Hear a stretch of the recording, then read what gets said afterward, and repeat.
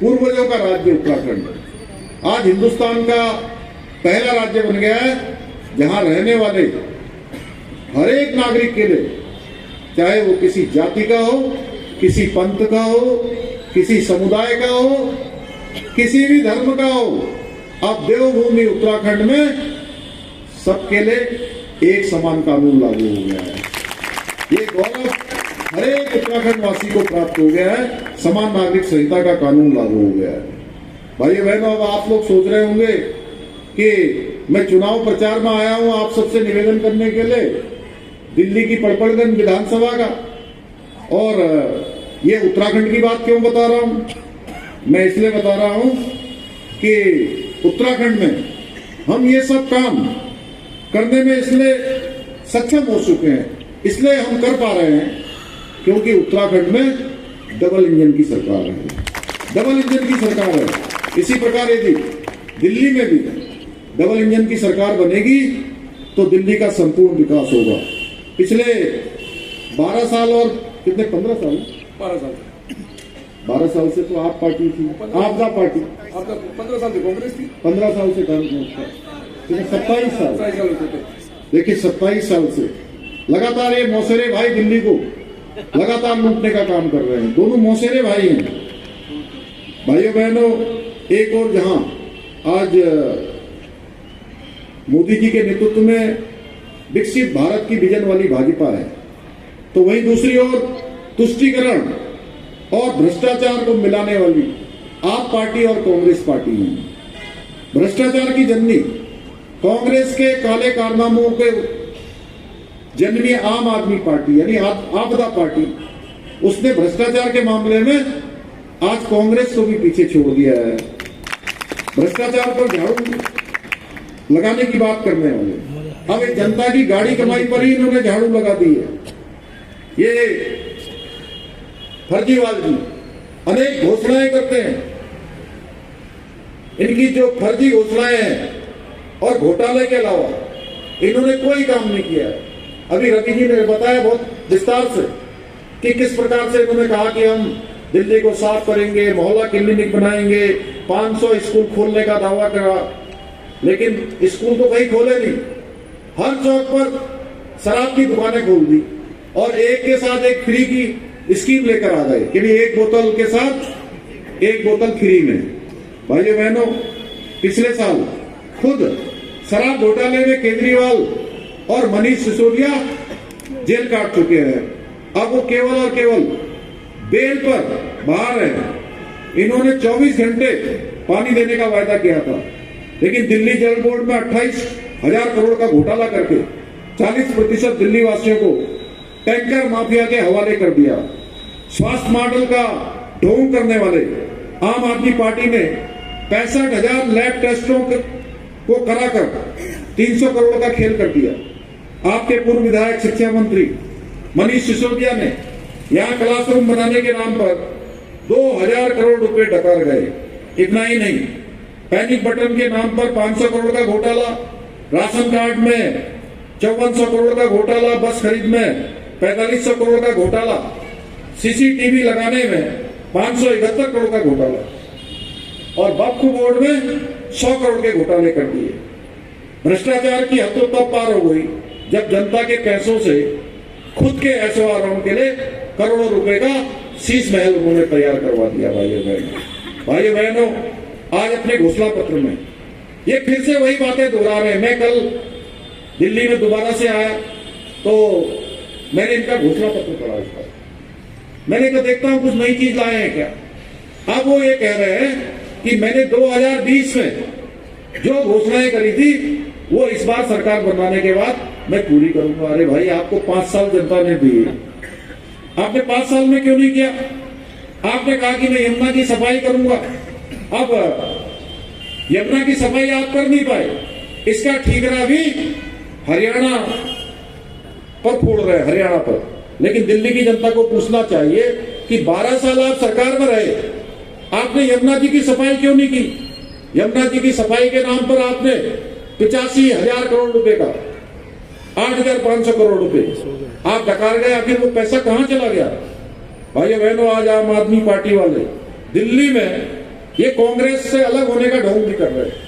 लेकिन मैं आपको बताना चाहता हूं, जैसा रवि ने कहा कि ये दोनों के दोनों हर मामले में एक साथ है। जब इनको भ्रष्टाचार करना होता है तो एक साथ मिलकर भ्रष्टाचार करते हैं, सनातन धर्म का अपमान करना होता है तो एक दूसरे के पक्के साझीदार बने रहते हैं। ये लोग वोट बैंक की राजनीति के चक्कर में राष्ट्र हित के मामलों को भी तिंजादली दे देते हैं।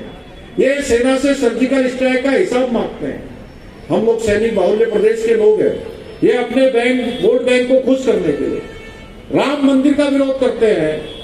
ये भगवान राम की प्राण प्रतिष्ठा का कार्यक्रम होता है, उस प्राण प्रतिष्ठा के कार्यक्रम में इसलिए सम्मिलित नहीं होते हैं क्योंकि इनको पता है अगर हम उस कार्यक्रम में जाएंगे तो एक विशेष प्रकार का वोट बैंक इनसे दूर चला जाएगा। आप जानते हैं कौन सा वोट बैंक? सनातन धर्म का विरोध करते हैं, सीए कानून लागू होने का विरोध करते हैं, कश्मीर में धारा 370 हटाने का विरोध करते हैं, ट्रिपल तलाक के रोकने के कानून का विरोध करते हैं। और अब ये जो देवभूमि उत्तराखंड में जिस यूसीसी की शुरुआत हुई है, जिसकी गंगोत्री देवभूमि उत्तराखंड से निकल रही है, उस यूसीसी का भी विरोध करते हैं भाइयों बहनों। यहाँ तक कि ये हर एक मामले में जो भी देश के लिए अच्छी चीजें होती हैं, मोदी जी जो भी जन विकास के कार्य करते हैं उन सब का विरोध करते हैं। इतना ही नहीं, अब ये लोग दिल्ली में यूपी वाले, बिहार वाले, हमारे पूर्वांचली भाई बहन, इसके साथ साथ उत्तराखंडी भाई बहनों का भी विरोध करते हैं। और ये समर्थन किसका करते हैं? समर्थन करते हैं रोहिंग्याओं का, बांग्लादेशियों का, घुसपैठियों का समर्थन करते हैं भाइयों बहनों। भाइयों बहनों, जब देश अपना 76वां गणतंत्र दिवस मना रहा था तब पंजाब में आपदा सरकार की नाक के नीचे अमृतसर कोतवाली थाने के सामने बाबा साहब की प्रतिमा पर हथौड़े से हमला किया जा रहा था। कांग्रेस और आम आदमी पार्टी वाले केवल बांटने और भ्रम की राजनीति करते हैं, लेकिन हमें अब इनके झूठे बहकावे में नहीं आना है। हमें बंटना नहीं है, बटेंगे तो नहीं ना, हमें बंटना नहीं है। अब एकजुट होकर दिल्ली की सत्ता से इन भ्रष्टाचारियों को इस बार उखाड़ फेंकना है। और आगामी 5 फरवरी को आप सब ने मिलकर भारतीय जनता पार्टी के पक्ष में मतदान कर दिल्ली में डबल इंजन लगाकर विकास को गति प्रदान करना है। हम दिल्ली में जैसे ही यहाँ पर सरकार बनेगी, हमारी पार्टी ने जो संकल्प पत्र दिल्ली की जनता के समक्ष रखा है, पहले ही कैबिनेट में अभी इन्होंने इलाज की बात करी कि 10 लाख रुपए तक का इलाज दिया जाएगा बुजुर्गों को। पहले ही कैबिनेट में जो आयुष्मान भारत योजना उत्तराखंड में, जिसमें हमने अभी तक 2100 करोड़ रुपए का इलाज लोगों को मुफ्त में देने का काम किया है, वो योजना दिल्ली में भी लागू हो जाएगी भाइयों बहनों। महिलाओं को प्रतिमाह 2500 रुपए दिए जाएंगे, गर्भवती महिलाओं को 21,000 रुपए की सहायता राशि दी जाएगी, 6 पोषण किट दी जाएंगी, 500 रुपए में सिलेंडर उपलब्ध कराने के साथ ही होली दिवाली पर अतिरिक्त 2 मुफ्त सिलेंडर दिए जाएंगे। दिल्ली में भाजपा की सरकार बनने पर जो वृद्धावस्था पेंशन है वो 2500 मासिक तथा विधवाओं और बेसहारा महिलाओं को पेंशन को अब 2500 से बढ़ाकर 3000 रुपए प्रतिमाह किया जाएगा। हर गरीब बस्ती में अटल कैंटीन स्थापित की जाएगी, जिसमें 5 रुपए में पौष्टिक भोजन दिया जाएगा। ऑटो चालकों और टैक्सी चालकों को भी 10 लाख रुपए का स्वास्थ्य बीमा और 5 लाख रुपए का दुर्घटना बीमा मिलेगा। 1700 जो अनाधिकृत कॉलोनियां हैं उनको पूरा मालिकाना हक दिया जाएगा। 6 माह के भीतर न्यायिक प्रक्रिया को पूरी करके जिन 13,000 दुकानों को केजरीवाल की गलती से सील किया गया है उनको भी भाजपा की सरकार बनने पर खोला जाएगा। वर्कर्स को 10 लाख रुपए तक का जीवन बीमा और 5 लाख तक का दुर्घटना बीमा मिलेगा। इसके साथ ही 50,000 युवाओं को सरकारी नौकरियां देने के साथ ही स्वरोजगार के 20 लाख से भी अधिक अवसर सृजित किए जाएंगे। इतना ही नहीं, डॉक्टर भीमराव अंबेडकर स्टाइपेंड योजना द्वारा ITI या पॉलिटेक्निक कर रहे अनुसूचित जाति के छात्रों को प्रतिमाह 1000 रुपए का स्टाइपेंड दिया जाएगा। इसके अतिरिक्त उत्तर प्रदेश सरकार, हरियाणा सरकार और दिल्ली सरकार तीनों मिलकर पर्यटन को बढ़ावा देने के लिए महाभारत सर्किट बनाने का काम भी किया जाएगा। मैं आप सभी से पुनः अपील करता हूं कि 5 फरवरी को पड़पड़गंज से भाजपा के प्रत्याशी भाई रविंदर सिंह नेगी को मतदान में आप सब लोग उनका सहयोग करके, उनका आशीर्वाद देकर इस बार भारी मतों से उन्हें विजय बनाए और दिल्ली में डबल इंजन की सरकार बनाने में अपना योगदान दे। और जो हमारे प्रधानमंत्री जी ने कहा है, कि अब आप 27 साल से ये गैर भाजपाई सरकारें यहाँ रही हैं और दिल्ली को जिस प्रकार से एक मॉडल बन जाना चाहिए उसमें कहीं ना कहीं न्यूनता आ गई है। उसको विस्तार देने के लिए आप साथ 5 फरवरी को 5 साल पक्के करिए और आने वाले समय की निश्चित रूप से जो मोदी जी की गारंटी है वो दिल्ली वासियों के लिए भी है, पड़पड़गंज वासियों के लिए भी है। और क्योंकि पड़पड़गंज क्षेत्र से मेरा भी विशेष लगाव है और जहां पर रवि को मेरी भी जरूरत पड़ेगी मैं भी इनके साथ हाथ से हाथ मिलाकर हर सब जगह जाऊंगा। मैं आप सबसे निवेदन करता हूं और इस विशेष अवसर पर मैं आप सबको उत्तराखंड आने का निमंत्रण भी देता हूं, क्योंकि वर्तमान में उत्तराखंड में 38वें राष्ट्रीय खेलों का आयोजन हो रहा है। आप सब लोगों ने देखा है, अभी दो दिन पहले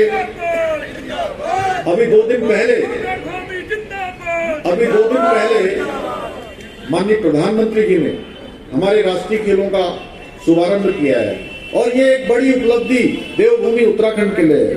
और साथ ही इस समय वहां का मौसम भी अच्छा हो रहा है, शानदार धूप आ रही है और आप सब लोग, अधिकतर लोग जानते हैं आजकल जो है अच्छी धूप के साथ अच्छा मौसम और हर प्रकार से, हर दृष्टि से, इसलिए मेरा आप सभी से आग्रह है कि अभी 5 तारीख से पहले नहीं आना, लेकिन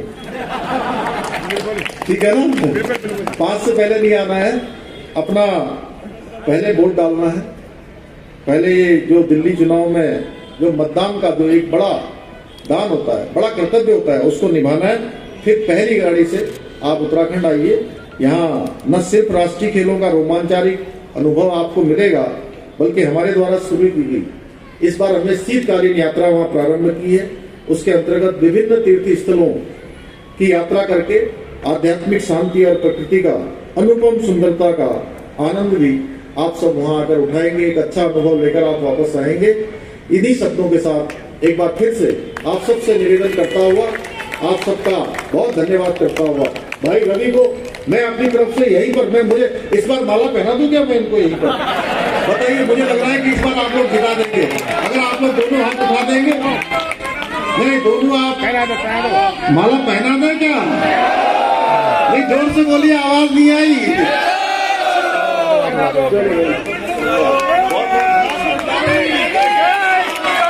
माननीय पुष्कर सिंह धामी जी, माननीय पुष्कर सिंह धामी जी।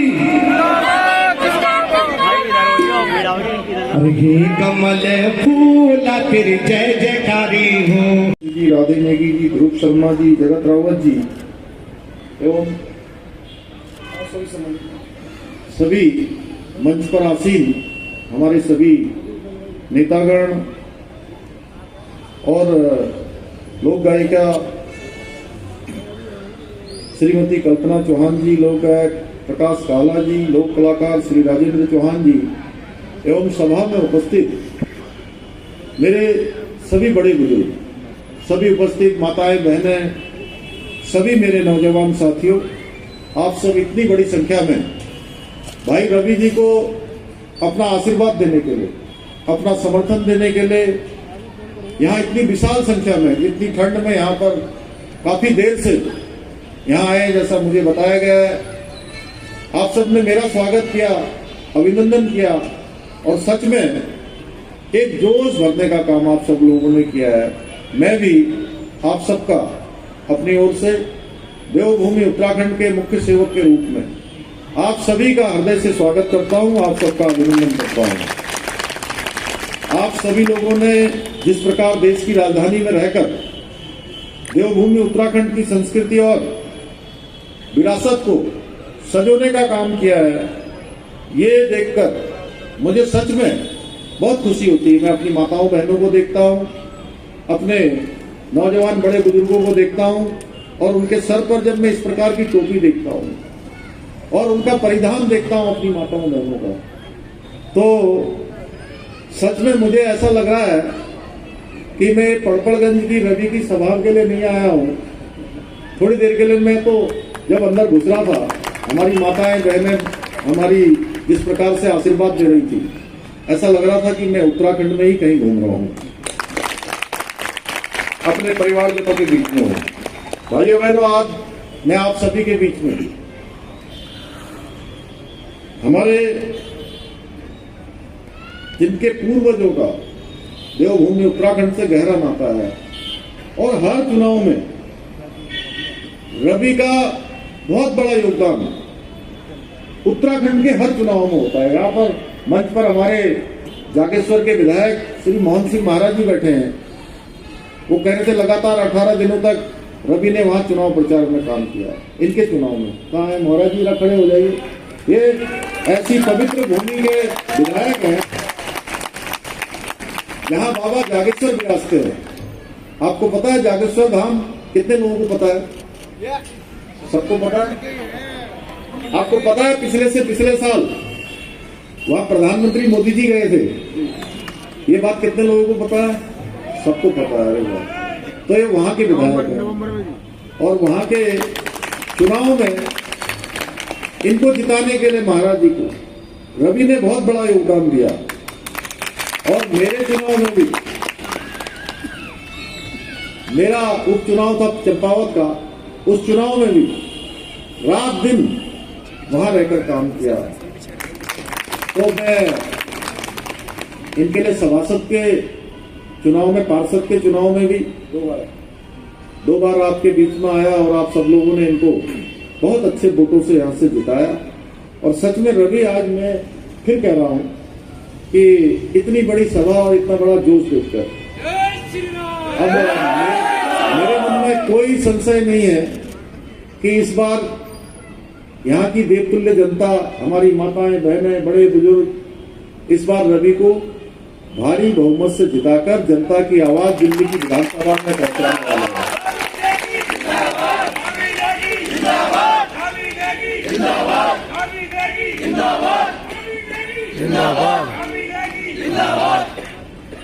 पिछली बार के विधानसभा चुनाव में अभी इन्होंने बताया, दिल्ली के उप मुख्यमंत्री और जो शराब घोटाले में केजरीवाल जी के नहीं, फर्जीवाल जी के जो सहयोगी है मनीष सिसोदिया को ऐसी टक्कर दी थी कि सच में उनको सर्दियों के दिनों में भी पानी पीने पर मजबूर हो गए, बहुत पसीने आ गए थे। थोड़ी सी कसर रह गई थी पिछली बार। इस बार मुझे लगता है कि वो कसर आप लोग पूरी कर देंगे। कर देंगे ना? कर देंगे सब लोग कसर पूरी। और ये बात मुझे ही नहीं, ये बात मनीष सिसोदिया उनको भी पता थी कि इस बार आप लोग ये कसर पूरी करने वाले हैं, इसीलिए वो इस सीट छोड़ के चले गए। भाई रवि नेगी ने इस क्षेत्र में अनेक काम किए हैं, चाहे जल भराव की समस्या को जिस प्रकार से उठाया था या अनेक जो जन सरोकार के मुद्दे हैं, इसीलिए इनसे आपदा की भ्रष्ट सरकार अगर किसी से घबराती है इस दिल्ली में, तो उसमें से रवि का नाम पहले नंबर पर आता है। मुझे पूरा विश्वास है कि यदि आप लोग भाई रविंदर नेगी को इस विधानसभा से क्षेत्र का मौका देंगे तो एक पूरी निष्ठा के साथ, पूरे समर्पण के साथ इस विधानसभा को आदर्श विधानसभा बनाएंगे, जिस प्रकार से अभी ये अपने भाषण में बोल रहे थे। भाइयों बहनों, हम सभी लोग जानते हैं आज हमारे प्रधानमंत्री मोदी जी के नेतृत्व में हमारा देश तेजी से आगे बढ़ रहा है। दुनिया की आज 5वीं सबसे बड़ी अर्थव्यवस्था हमारा देश बन चुका है और तीसरी अर्थव्यवस्था बनने की तरफ हम लोग तेजी से आगे बढ़ रहे हैं और हर व्यक्ति के जीवन स्तर को आगे बढ़ाने का काम हो रहा है। अंत्योदय को अपने जीवन का सिद्धांत मानकर प्रधानमंत्री जी काम कर रहे हैं। समाज के अंतिम छोर में खड़े हुए व्यक्ति तक आज सरकार की योजनाएं पहुंचे, उसके पास सहायता पहुंचे, उसका जीवन स्तर ऊपर उठे, इसके लिए समर्पित होकर काम कर रहे हैं। इसी क्रम में अगर मैं दिल्ली की बात करूं तो आज हजारों करोड़ की लागत से urban extension road, Dwarka expressway, Pragati Maidan integrated transit corridor, eastern peripheral expressway, Delhi Meerut rapid train transit system का निर्माण किया गया। इसके साथ साथ एक रोड और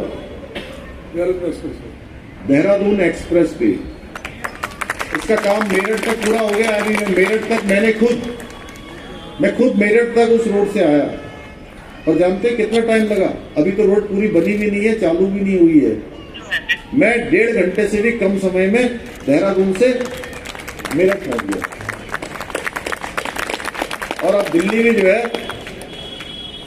आधा पौन घंटा और लगेगा, यानी कि 2 से 2.5 घंटे में आप सब लोग आने वाले समय में देहरादून से दिल्ली पहुंच जाएंगे और दिल्ली से उत्तराखंड की राजधानी देहरादून पहुंच जाएंगे। वहीं दिल्ली में आज जो प्रधानमंत्री जी ने गरीब कल्याण योजना चलाई है, उसका 72 लाख लोग सीधे सीधे लाभान्वित हो रहे हैं। 30,000 से अधिक गरीब परिवारों को घर देने का काम भी दिल्ली में मोदी सरकार ने किया है। भाइयों बहनों, मुझे आप सभी लोगों को ये बताते हुए खुशी हो रही है कि आदरणीय प्रधानमंत्री जी के कुशल नेतृत्व में, उनके मार्गदर्शन में हमारा उत्तराखंड भी हर दृष्टि से तेजी से आगे बढ़ रहा है। और भारत सरकार के नीति आयोग की सतत विकास के लक्ष्यों को प्राप्त करने में हर राज्य का एक इंडेक्स बनाया जाता है पूरे देश का। उस इंडेक्स में देवभूमि उत्तराखंड पूरे देश के सभी राज्यों में पहले नंबर पर आया है। इसी प्रकार से हम बेरोजगारी की दर घटाने में एक साल में 4.4% की कमी हमने बेरोजगारी दर में रोजगार देकर कमी लाई है, जो राष्ट्रीय औसत से भी अधिक है।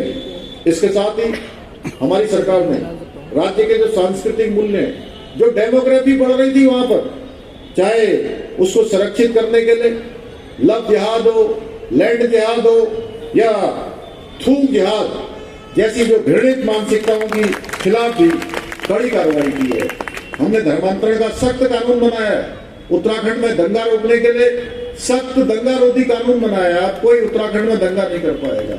दंगा करेगा तो दंगा करने वाले का ठीक प्रकार से जो कानून है अपना काम करता है। उसके साथ साथ और कोई संपत्ति का नुकसान करता है तो सारी संपत्ति का नुकसान, चाहे सरकारी संपत्ति हो, निजी संपत्ति हो, उसकी एक एक पाई की भरपाई उसी दंगा करने वाले से सुनिश्चित की जाती है। ये हमारे इलाके से वहाँ के रामनगर से आए हैं, आप चुनाव में जानते हैं, वहाँ के बगल में ही दंगा होने की बड़ी कोशिश की गई थी पिछले साल। आप सबको भी याद होगा, हल्द्वानी के बंदुलपुरा क्षेत्र में उनको जहां पर होना चाहिए था, वो दंगा होने का लगभग 1 साल पूरा होने वाला, अभी भी वहीं पर रहूंगा ज्यादातर लोग। भाइयों बहनों, आपको यह बताते हुए मुझे गर्व हो रहा है।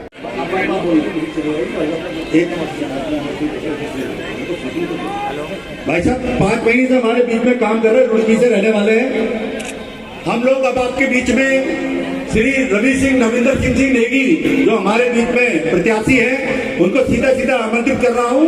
आप लोग बहुत देर से सुनने के लिए, मेरे को पता है कि धामी जी का जो प्रेम है, जो आप लोगों का सत्कार है, वो मुझे पता है कि आप लोग उनको सुनना चाहते हैं। लेकिन हम अपने लाडले यहाँ से भाजपा के जो प्रत्याशी हैं नेगी जी को, उनको 2 मिनट के लिए सुने, फिर हम अपने चहेते मुख्यमंत्री को सुनेंगे।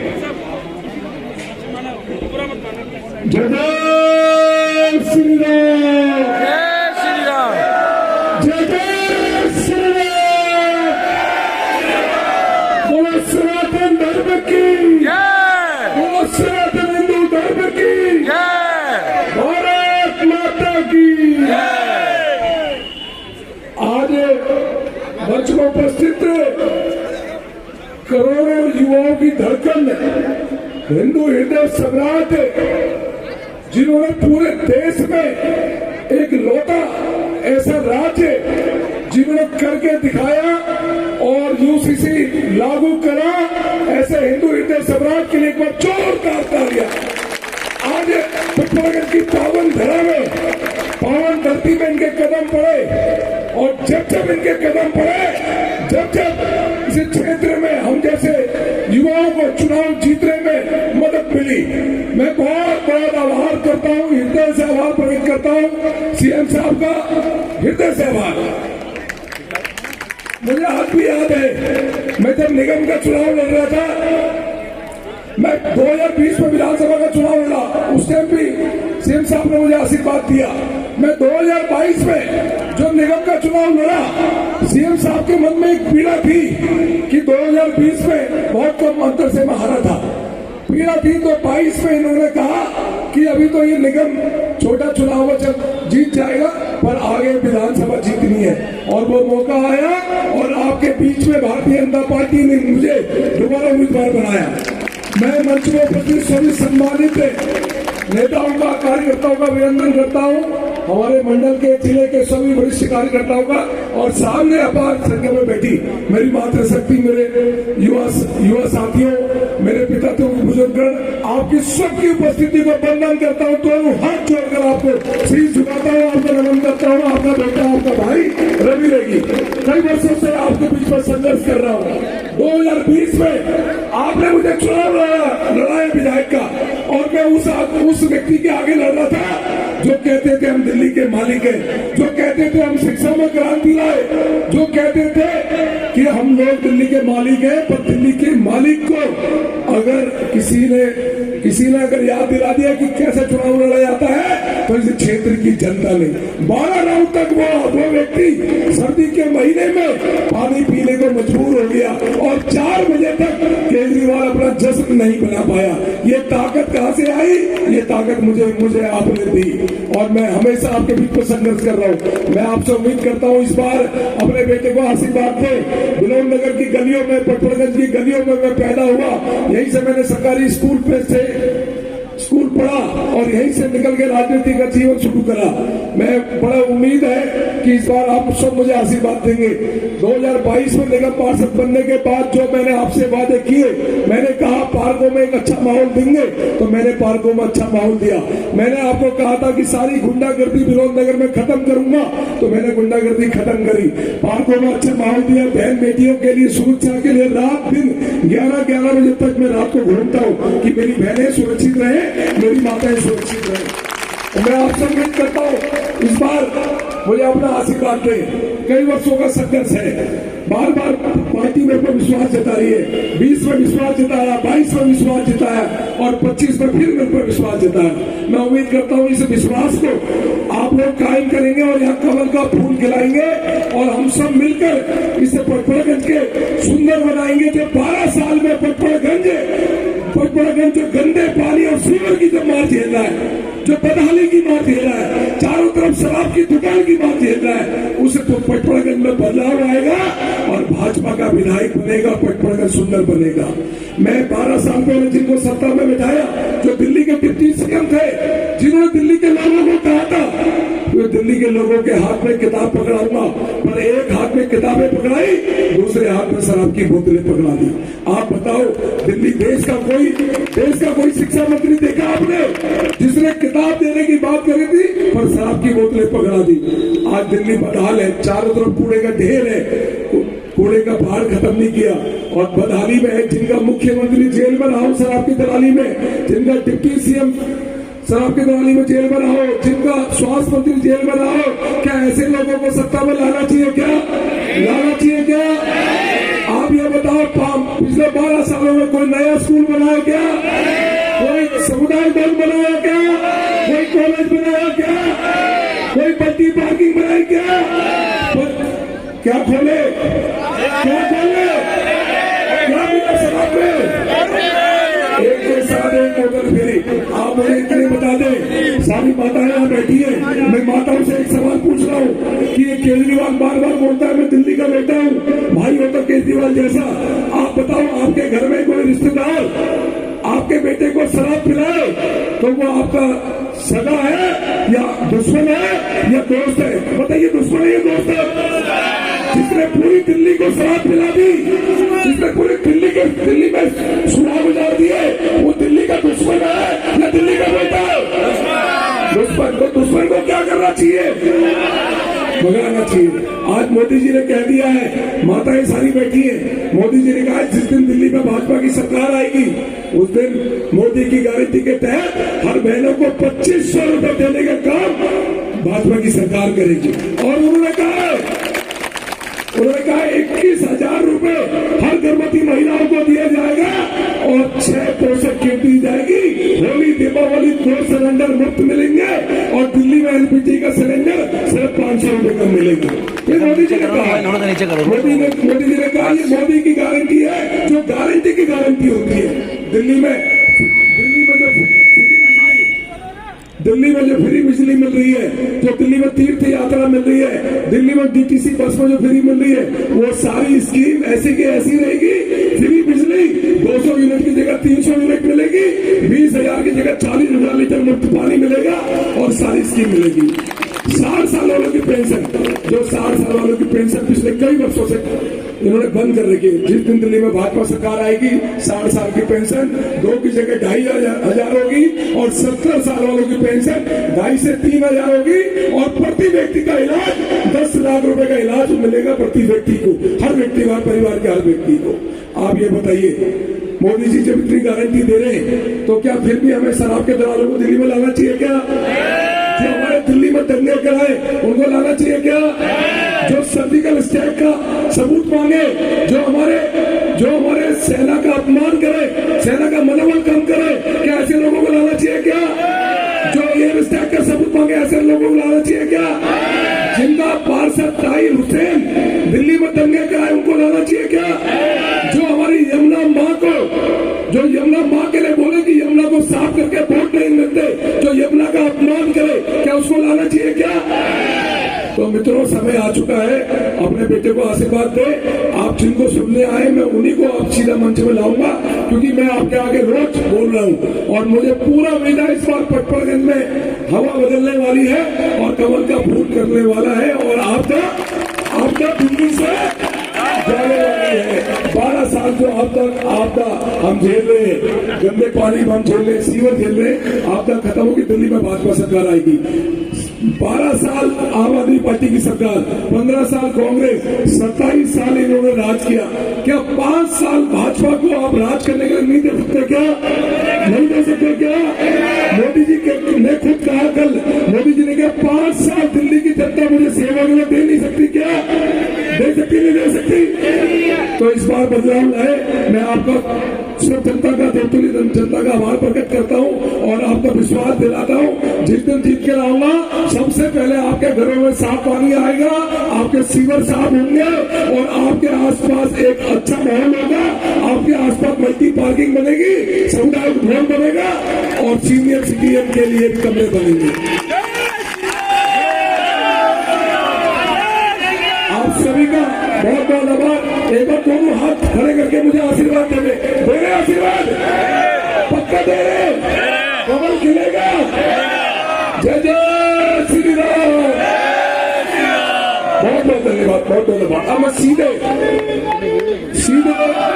युवा हृदय सम्राट पुष्कर धामी जी, जिनको सुनने के लिए आप बहुत देर से हैं, मैं सीधे उनको मंच में बुलाना चाहूंगा कि वो सीधा आए और आपको संबोधित करें।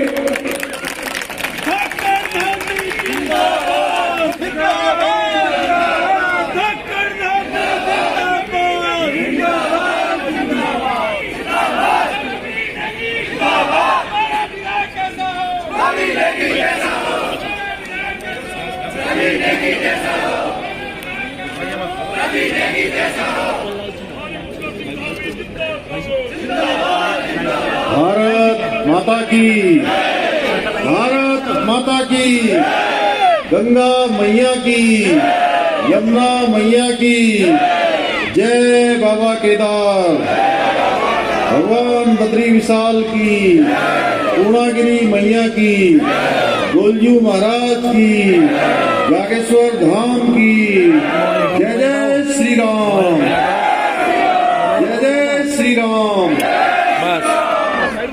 पड़पड़गंज विधानसभा की इस विशाल जनसभा में